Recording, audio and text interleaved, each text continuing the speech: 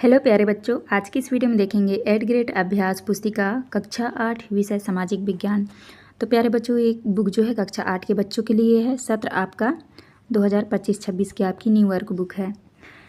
तो संसाधन एवं विकास भूगोल के अंतर्गत आने वाले अध्याय 1 से लेके अध्याय 5 तक का जो है संपूर्ण सॉल्यूशन आज के एक ही वीडियो में देखेंगे। तो चलिए शुरू करते हैं। अध्याय 1 में है संसाधन। क्वेश्चन है, निम्नलिखित में से कौन सा प्राकृतिक संसाधन का उदाहरण नहीं है? का सही उत्तर हो जाएगा लोहे और औजार। तो इसमें से जो है आपको राइट आंसर लगा लेना है। इसके बाद नेक्स्ट क्वेश्चन आता है आपका दूसरा में है भौतिक पदार्थों को मूल्यवान संसाधन बनाने में सहायता करती है। तो आपका उत्तर होगा वस्तु एवं वस्तु का मूल्य। तो ये कर लीजिएगा। इसके बाद नेक्स्ट आता है आपका तीसरा में है ऐसे संसाधन जो एक बार समाप्त होने के बाद पुनः पूरित होने में हजारों वर्ष लगा लेते हैं, वह कहलाते हैं। तो आपका उत्तर हो जाएगा अनवीकरणीय संसाधन। तो आपको बी नंबर लिख लेना है। इसके बाद चौथा आता है किसी कौशल अथवा वस्तु बनाने में नवीनतम ज्ञान का अनुप्रयोग है। तो आपका उत्तर हो जाएगा डी नंबर प्रयोज्यता। इसके बाद पांचवे में है पदार्थों को संसाधन में परिवर्तित करने वाले कारक। तो इसका जो है आपका सही उत्तर हो जाएगा ए नंबर। तो इस तरह से आपको राइट आंसर कर लेना है। इसके बाद नेक्स्ट आता है आपका प्रश्न क्रमांक 6, रिक्त स्थानों की पूर्ति कीजिए। पहला प्रश्न है पदार्थों की उपयोगिता अथवा प्रयोज्यता उसे एक संसाधन बनाती है। दूसरा है परिवहन की विधियों का विकास। तो यहाँ पे आपको पहिए लिखना है। तीसरे में है की एक मानव निर्मित। तो यहाँ पे आपको मानव निर्मित संसाधन लिखना है। चौथे में है तेजी से बहते जल से ऊर्जा उत्पन्न। तो यहाँ पे आपको जल विद्युत लिखना है। और पांचवे में जो है आपको प्राकृतिक लिखना है। इसके बाद आता है आपका प्रश्न क्रमांक 7वां। प्रश्न क्रमांक 7 में है संसाधन की परिभाषा लिखिए। तो आपको जो है उत्तर में लिखना है मानवीय आवश्यकताओं को पूरा करने वाले सभी जीव जंतु वस्तुएं एवं पदार्थ संसाधन कहलाते हैं। फिर आता है आपका 8वां में है पेटेंट किसे कहते हैं। तो आपका उत्तर हो जाएगा पेटेंट का तात्पर्य किसी विचार अथवा आविष्कार का एकमात्र अधिकार से है। यह एक ऐसा कानूनी अधिकार है जो किसी व्यक्ति या संस्था को किसी विशेष उत्पाद खोज डिजाइन प्रक्रिया या सेवा के ऊपर एक अधिकार देता है। इसके बाद नेक्स्ट आता है आपका प्रश्न क्रमांक 9 में है मानव निर्मित कोई 5 संसाधनों के नाम लिखिए। तो आपको उत्तर में लिखना है पहला है आपका पुल, दूसरा मशीनें, तीसरा सड़क, चौथा भवन और पांचवा है उपकरण। इसके बाद 10वां आता है संसाधन कितने प्रकार के होते हैं, उदाहरण सहित लिखिए। तो आपको उत्तर में लिखना है संसाधन की 3 प्रकार होते हैं। पहला है प्राकृतिक संसाधन जैसे हवा, पानी, मृदा आदि। दूसरे में है मानव निर्मित संसाधन जैसे सड़क, भवन, पुल, मशीन आदि। तीसरा है मानव संसाधन जैसे शिक्षक, डॉक्टर, वैज्ञानिक, मजदूर आदि। 11वां प्रश्न क्रमांक 11 में है नवीनीकरण एवं अनवीकरण संसाधनों में कोई 3 अंतर लिखिए। तो पहला है आपका नवीनीकरण संसाधन असीमित होते हैं जबकि अनवीकरण संसाधन सीमित होते हैं। दूसरे में है नवीनीकरण संसाधन जल, मृदा और वन है जबकि अनवीकरण संसाधन कोयला, पेट्रोलियम तथा प्राकृतिक गैस है।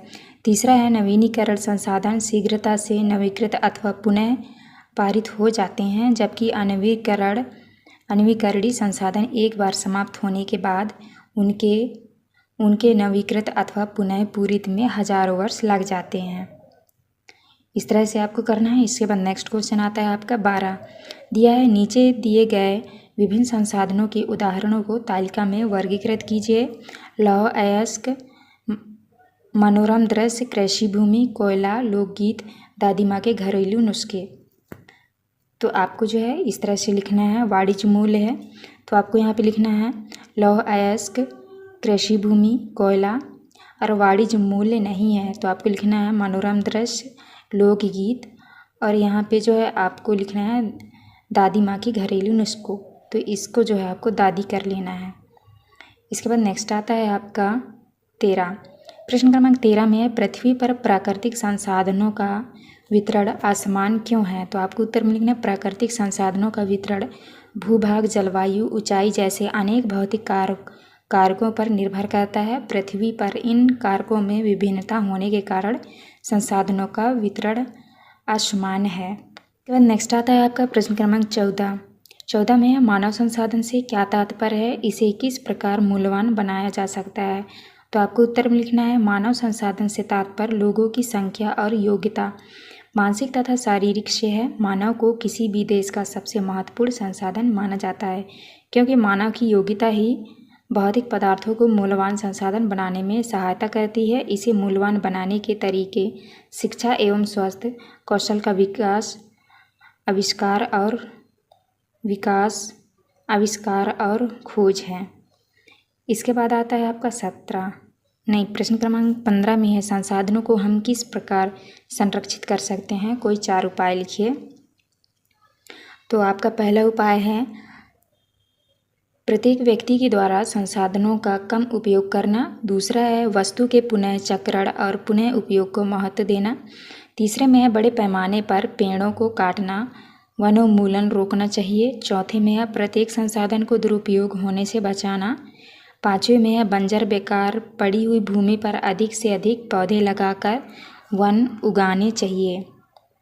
इसके बाद आता है आपका 16 में है, सतत पोषणी विकास के सिद्धांत लिखिए। तो आपका पहला सिद्धांत है, जीवन के सभी रूपों का आदर और देखभाल।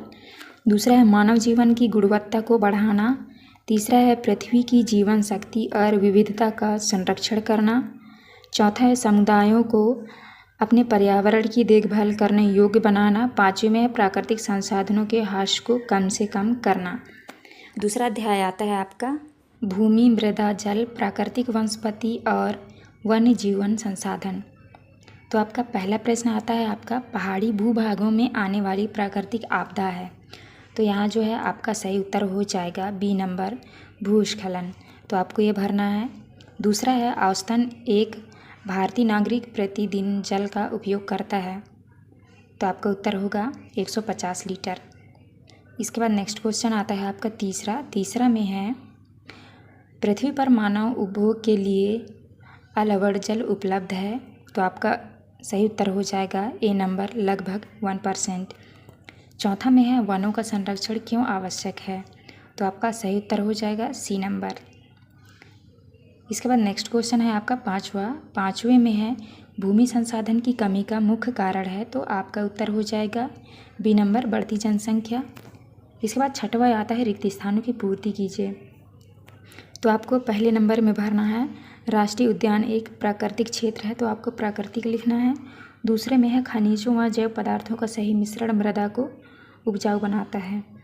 तीसरे में है, वनस्पति की वृद्धि मुख्यतः तापमान और आर्द्रता पर निर्भर करती है। चौथे में है, यमुना नदी औद्योगिक बहिस्त्राव एवं कचरे के कारण प्रदूषित हो रही है। तो आपको प्रदूषित लिखना है। पाँचवें में है, जीव जंतुओं का शिकार करना अपराध है। तो इस तरह से आपको भर लेना है। इसके बाद नेक्स्ट क्वेश्चन आता है आपका सातवें में है, भूमि का उपयोग किन किन कार्यों के लिए किया जाता है, लिखिए। तो आपको उत्तर में लिखना है, भूमि का उपयोग विभिन्न कार्यों के लिए किया जाता है, जैसे कृषि, वानिकी, खनन, सड़कों और उद्योगों की स्थापना इत्यादि। आठवां में है, भूस्खलन से क्या आशय है, भूस्खलन रोकने के उपाय लिखिए। तो आपको उत्तर में लिखना है, भूकंप, बाढ़, भारी वर्षा, ज्वालामुखी, शैल और मलबा या ढाल से गिरने वाली मिट्टी के वृहद संचलन को भूस्खलन कहा जाता है।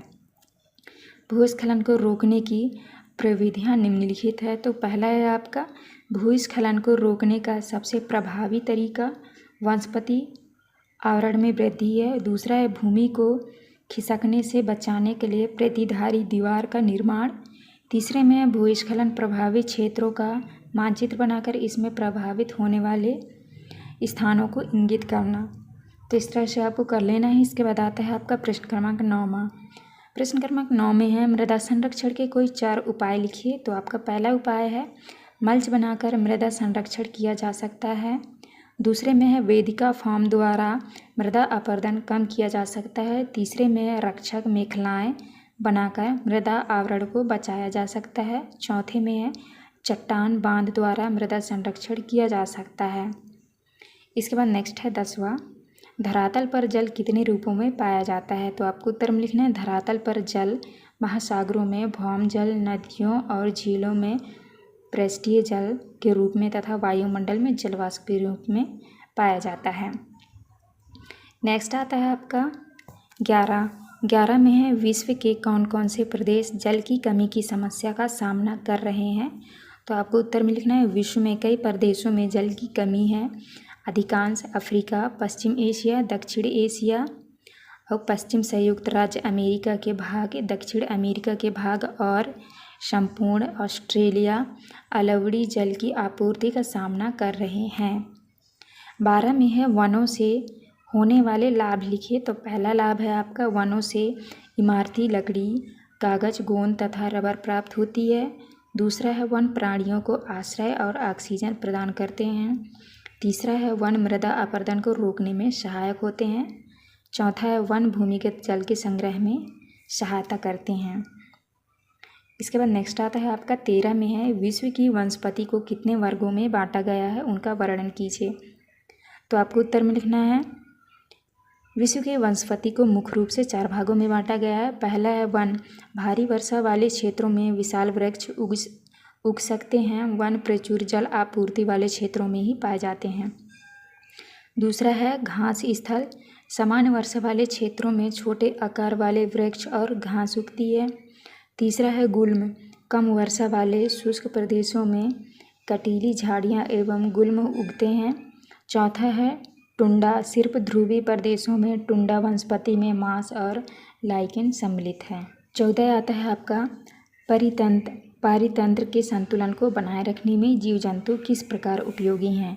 तो आपको उत्तर में लिखना है पारितंत्र के संतुलन को बनाए रखने में कीट अपघटक के रूप में तो गिद्ध मृत जीव जंतुओं को खाने के कारण एक अपमार्जिक के रूप में कार्य करते हैं। इसीलिए प्राणी चाहे बड़े हो अथवा छोटे सभी पारितंत्र के संतुलन को बनाए रखने के लिए अनिवार्य है।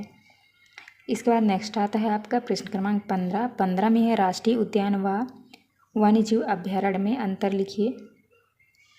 तो आपको लिखना है पहले में है राष्ट्रीय उद्यान में मानव गतिविधियों की अनुमति नहीं होती, जबकि वन जीव अभ्यारण्य में मानव गतिविधि को अनुमति दी जाती है। दूसरा में राष्ट्रीय उद्यान की सीमाएं निश्चित और परिभाषित होती है, जबकि वन जीव अभ्यारण्य की सीमाएं निश्चित नहीं होती। तीसरा है राष्ट्रीय उद्यान ज़्यादा सुरक्षित होता है, जबकि वन जीव अभ्यारण्य राष्ट्रीय उद्यान की तुलना में अधिक सुरक्षित नहीं होता। 16 में है CITES को पूर्ण रूप में लिखिए, इसकी स्थापना क्यों की गई। तो आपको लिखना है CITES का पूर्ण रूप the convention of international trade in endangered species of wild fauna and flora है। इसकी स्थापना का उद्देश्य यह सुनिश्चित करता है कि वन प्राणी एवं पौधों के नमूनों के अंतर्राष्ट्रीय व्यापार से उनके जीवन को कोई खतरा नहीं। यह एक अंतर्राष्ट्रीय समझौता है जो राष्ट्रों की सरकार के बीच होता है। इसके बाद आता है आपका प्रश्न क्रमांक 17 में है मृदा परिच्छेदिका का नामांकित चित्र बनाइए। तो आपको जो है इस तरह से चित्र बनाना है और नाम भी लिखना है।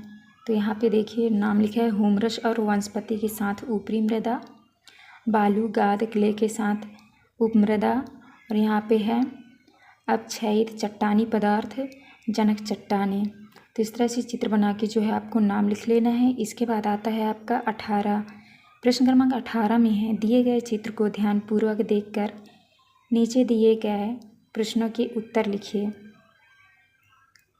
पहला प्रश्न आता है आपका उपरोक्त चित्र क्या दर्शाता है। तो आपको उत्तर में लिखना है उपरोक्त चित्र वेदिका फार्म दर्शाता है। दूसरा में है यह चित्र किस विधि के कृषि का उदाहरण है। तो उत्तर में लिखना है यह चित्र वेदिका विधि की कृषि का उदाहरण है। तीसरा में यह फार्म किस तरह के स्थानों पर बनाए जाते हैं। तो आपको उत्तर में लिखना है यह फार्म चौड़े समतल सोपान अथवा वेदिका तीव्र ढालों पर बनाए जाते हैं। तो इस तरह से आपको करना है। अध्याय 3 में है कृषि। पहला प्रश्न आता है रेशम की कीटों का वाणिज्यिक पालन कहलाता है। तो आपको उत्तर में लिखना है A नंबर सेरिकल्चर। दूसरे में है निम्नलिखित में से ब्राज़ील किसका अग्रणी उत्पादक देश है?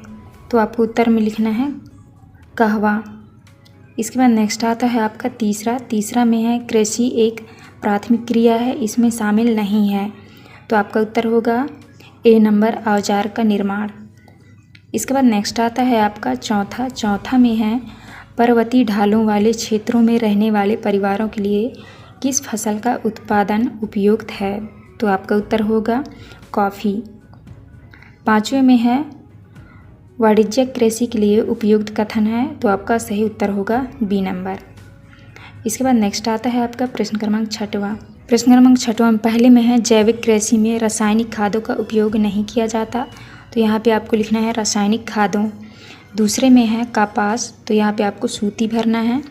तीसरे में आपको व्यवसायी और चौथे में जो आपको भरना है कि पत्तियों, और पाँचवें में आपको भरना है कृषि।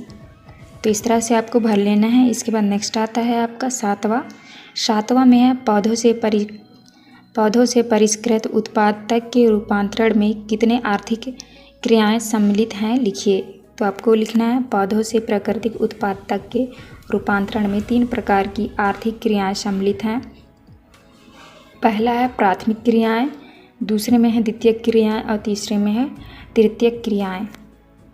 इसके बाद नेक्स्ट आता है आपका प्रश्न क्रमांक 8 में है कृषि क्रियाकलाप के लिए क्या क्या आवश्यक है? तो आपको उत्तर में लिखना है कृषि क्रियाकलाप के लिए अनुकूल स्थलाकृति मृदा और जलवायु अनिवार्य रूप से आवश्यक होते हैं। कृषि क्रियाकलाप विश्व के उन्हीं प्रदेशों में संकेंद्रित हैं जहां फसल उगाने के लिए उपयुक्त कारक विद्यमान होते हैं। नेक्स्ट आता है आपका 9वां में है कृषि तंत्र क्या है, इसके महत्वपूर्ण निवेश एवं संक्रियाएं क्या क्या है? तो आपको उत्तर में लिखना है कृषि या खेती को एक तंत्र के रूप में देखा जा सकता है। इसके महत्वपूर्ण निवेश बीज, उर्वरक, मशीनरी और श्रमिक हैं। जुताई, बुआई, सिंचाई, निराई और कटाई इसकी कुछ संक्रियाएं हैं। 10वें में है श्रम और प्रौद्योगिकी के स्तर के आधार पर कृषि को कितने प्रकारों में विभाजित किया गया है? तो आपको उत्तर में लिखना है श्रम और प्रौद्योगिकी के स्तर के आधार पर कृषि को 2 मुख्य प्रकारों में विभाजित किया गया है। पहला है निर्वाह कृषि, दूसरा है वाणिज्यिक कृषि। इसके बाद नेक्स्ट आता है आपका प्रश्न क्रमांक 11 में है जैविक कृषि से आप क्या समझते हैं, लिखिए। तो आपको उत्तर में लिखना है जैविक कृषि से अभिप्राय कृषि की ऐसी प्रणाली से है जिसमें रासायनिक खादों एवं कीटनाशक दवाओं का प्रयोग नहीं किया जाता, बल्कि उसके स्थान पर जैविक खाद या प्राकृतिक खादों का प्रयोग किया जाता है। 12 में है आदिम निर्वाह कृषि में कौन कौन सी कृषि को शामिल किया गया है? तो आपको उत्तर में लिखना है आदिम निर्वाह कृषि में स्थानांतरित कृषि और चलवासी पशुचारण कृषि को शामिल किया गया है। स्थानांतरित कृषि में वृक्षों को काटकर और जलाकर भूखंड साफ किया जाता है। चलवासी पशुचारण में पशुचारण अपने पशुओं के साथ चारे और पानी के लिए एक स्थान से दूसरे स्थान पर जाते हैं। इसके बाद नेक्स्ट आता है आपका प्रश्न क्रमांक 13। प्रश्न क्रमांक 13 में है मिश्रित कृषि क्या है, यह किन किन देशों में प्रचलित है? तो आपको उत्तर में लिखना है जब फसलों के उत्पादन के साथ साथ पशुपालन भी किया जाता है और भोजन व चारे की फसलें उगाई जाती है तो इसे मिश्रित कृषि कहते हैं। यह यूरोप, दक्षिण अफ्रीका, अर्जेंटीना और न्यूजीलैंड देशों में प्रचलित है। 14 में है गेहूं की फसल के लिए किस प्रकार की जलवायु की आवश्यकता होती है और क्यों? तो आपको उत्तर में लिखना है गेहूं शीतोष्ण कटिबंधीय पौधा है। गेहूं की फसल के लिए मध्यम तापमान एवं वर्षा और शस्य कर्तन फसल की कटाई के समय धूप की आवश्यकता होती है। गेहूं की उपज के लिए 50 सेंटीमीटर से लेकर 75 सेंटीमीटर तक वर्षा होनी चाहिए। वर्षा के अभाव की पूर्ति सिंचाई के साधनों से की जाती है।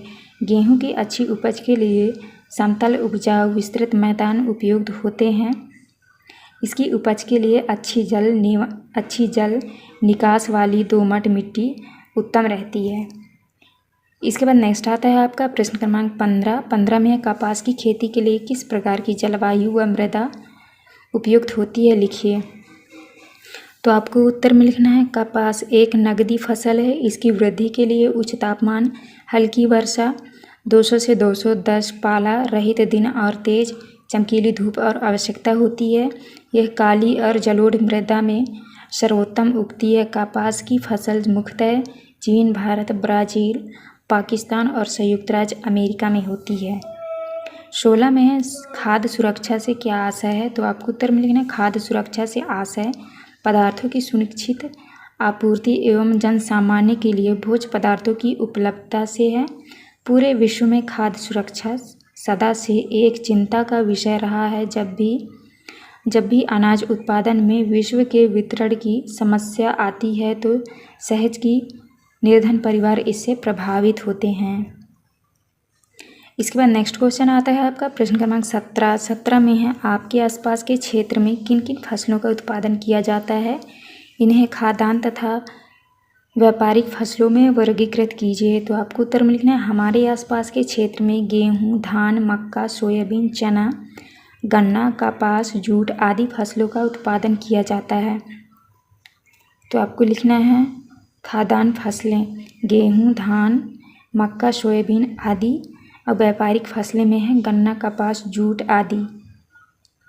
तो इस तरह से आपको करना है। अध्याय 4 में है उद्योग। पहला प्रश्न आता है आपका कुटीर उद्योग का उदाहरण है। तो यहाँ पे आपके ऑप्शंस दिए हुए हैं। पहले में है मिट्टी के बर्तन, दूसरा है कपड़ा उद्योग, तीसरे में है कागज निर्माण और चौथे में है औषधि निर्माण। तो सही उत्तर हो जाएगा ए नंबर मिट्टी के बर्तन।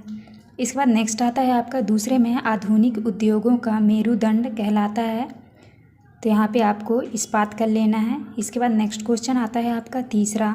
प्रश्न क्रमांक 3 में है भारत में सूचना और प्रौद्योगिकी उद्योग का मुख्य केंद्र है।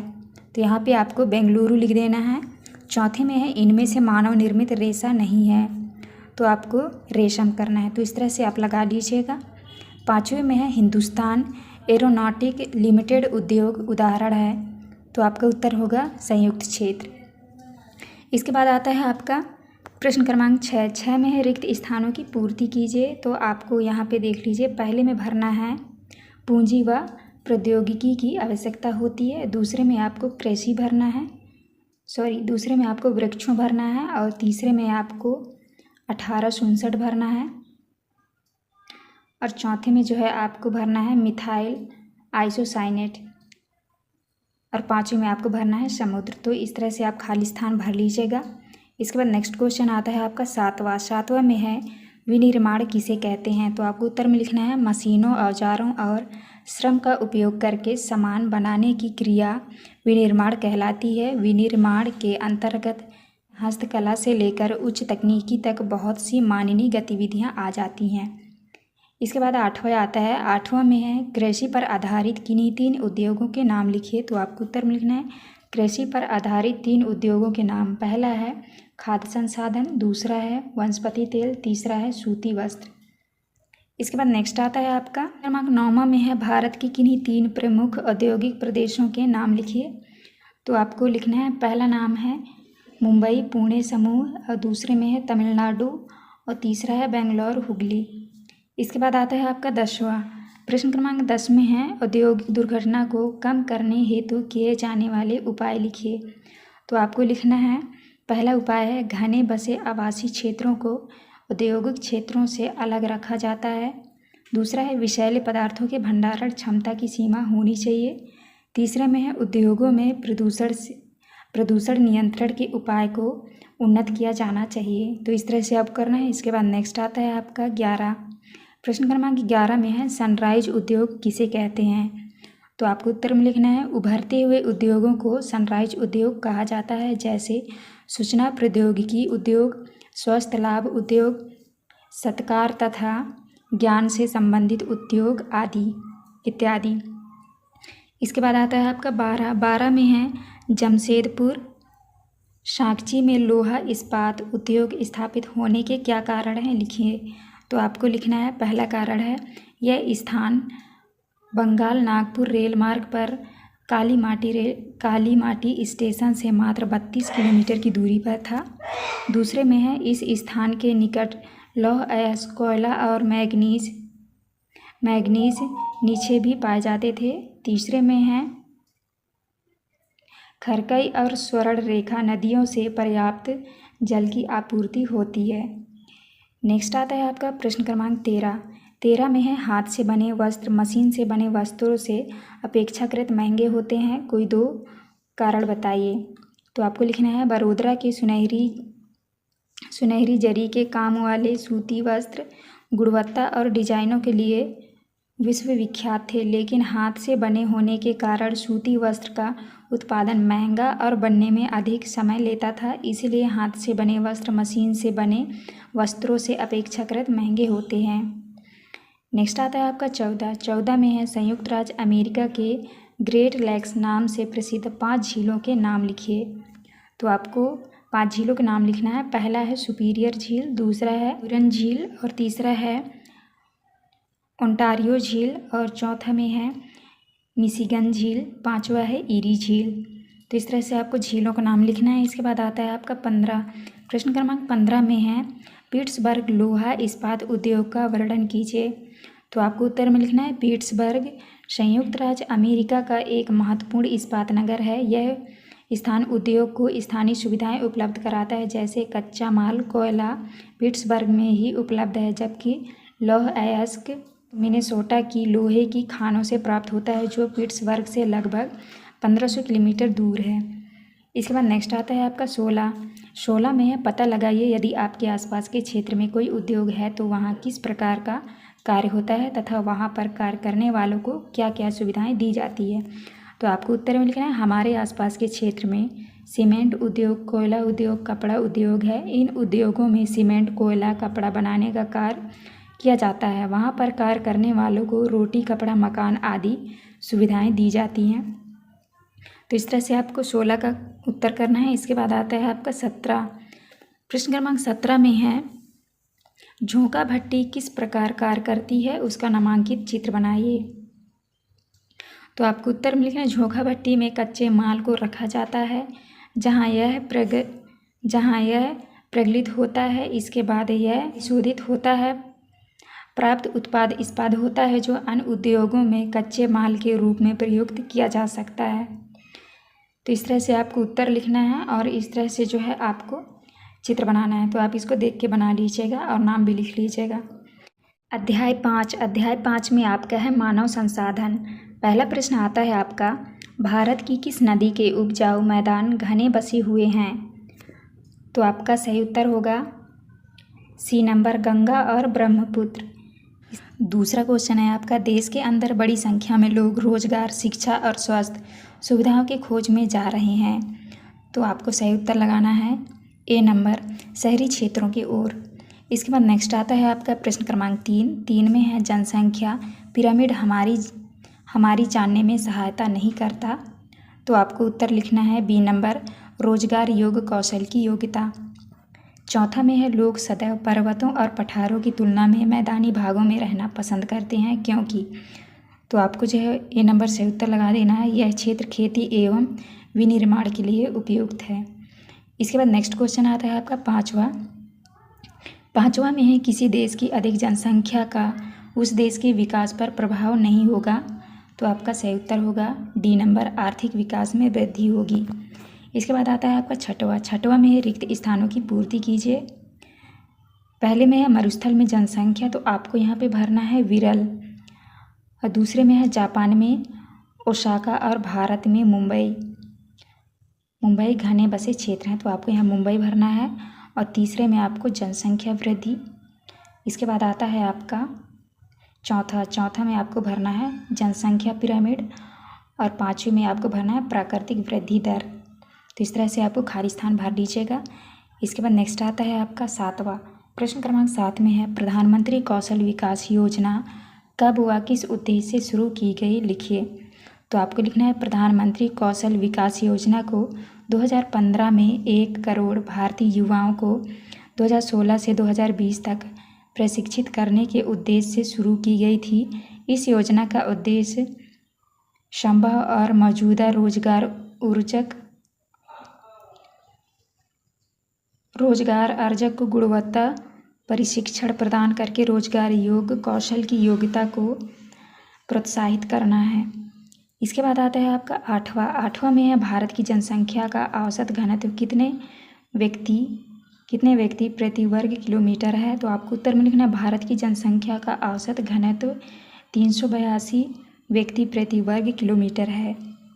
इसके बाद आता है आपका 9वां प्रश्न क्रमांक 9 में है आर्थिक कारक किस प्रकार जनसंख्या वितरण को प्रभावित करते हैं। तो आपको उत्तर में लिखना है आर्थिक कारक औद्योगिक क्षेत्र रोजगार के अवसर प्रदान करते हैं। लोग बड़ी संख्या में इन क्षेत्रों की ओर आकर्षित होते हैं। जापान में ओसाका और भारत में मुंबई 2 बसे क्षेत्र हैं।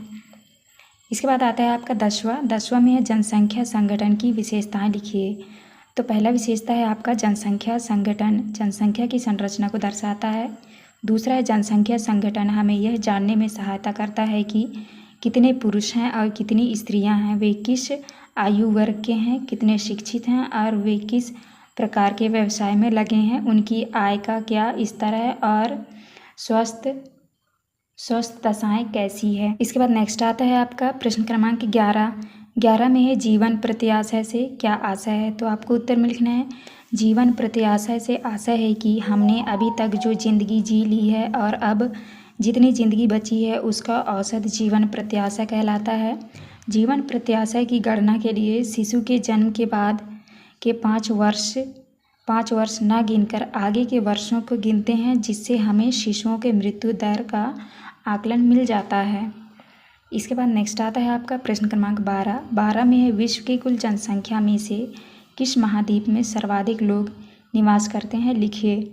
तो आपको उत्तर में लिखना है विश्व की कुल जनसंख्या में से एशिया महाद्वीप में सर्वाधिक लोग निवास करते हैं। एशिया महाद्वीप में सर्वाधिक जनसंख्या वाले देश चीन, भारत, बांग्लादेश तथा पाकिस्तान हैं। इसके बाद नेक्स्ट क्वेश्चन आता है आपका 13 में है प्रवास, अप्रवासी व उत्प्रवास शब्द के अर्थ लिखिए। तो आपको प्रवास में लिखना है किसी क्षेत्र विशेष में लोगों के आने जाने को प्रवास कहते हैं। अप्रवासी में है अप्रवासी उन्हें कहा जाता है जो नए देश में आते हैं। उत्प्रवासी वे लोग होते हैं जो देश को छोड़ते हैं। आपका प्रश्न क्रमांक 14 में है जनसंख्या वितरण को प्रभावित करने वाले भौगोलिक कारकों का वर्णन कीजिए। तो आपको उत्तर में लिखना है भौगोलिक कारक स्थलाकृति, जलवायु, मृदा, जल, खनिज। दूसरा है सामाजिक, सांस्कृतिक और आर्थिक कारक। इसके बाद नेक्स्ट आता है आपका प्रश्न क्रमांक 15 में है युवा किस प्रकार राष्ट्र का भविष्य होते हैं लिखिए। तो आपको उत्तर में लिखना है किसी राष्ट्र के लिए कई परिवर्तन, विकास, समृद्धि और सम्मान लोगों में युवाओं की सक्रिय भूमिका होती है। युवाओं को राष्ट्र की आवाज़ माना जाता है। युवा राष्ट्र के लिए कच्चे माल या संसाधन की तरह होते हैं। कुशल, उत्साही, आशावादी और सकारात्मक दृष्टि जैसे युवा ही किसी राष्ट्र के भविष्य होते हैं। हम भारतवासी भाग्यशाली हैं कि हमारे पास ऐसा संसाधन है। उन्हें योग्य एवं उत्पादक बनाने के लिए, कुशल बनाने और अवसर प्रदान करने के लिए अवश्य ही शिक्षित किया जाना चाहिए। इसके बाद आता है आप प्रश्न क्रमांक 16 में है।